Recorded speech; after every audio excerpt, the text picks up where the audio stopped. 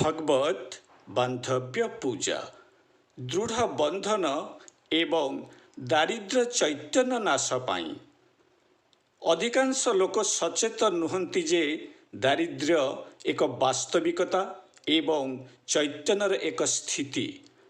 आपण केते अर्थ उपार्जन करुछंती ताहा सहित दारिद्र्य चैतन्यर कौनसी संपर्क नाही, बरं धन प्रति आपणक भितरे किपरि चैतन्य ओ ऊर्जा अछि ताहा सहित एहार संपर्क अछि। जहा आपणकर नाही ताहा उपरे ध्यान देबा हेउछि दारिद्र्य चैतन्य।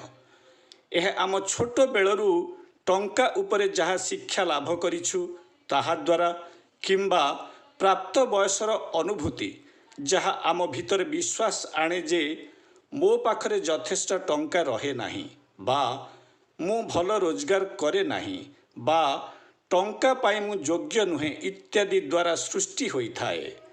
जेतेबेले दारिद्र्य चैतन्य थाए आपण सबु जिनिस मागणारे मिलू बोली आशा करती। आपण जेते टंका भी रोजगार करती जदि आपण निजर दारिद्र्य चैतन्य को दूर न करिवे आपण बारंबार सही एका संघर्षर सामना करि चलिबे।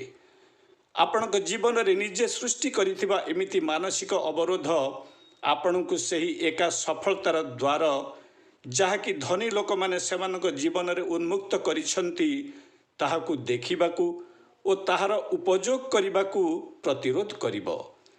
एही आलय दर्शन रे श्री कल्की भगवती भगवान दारिद्र्य चैतन्य नाश करिबे।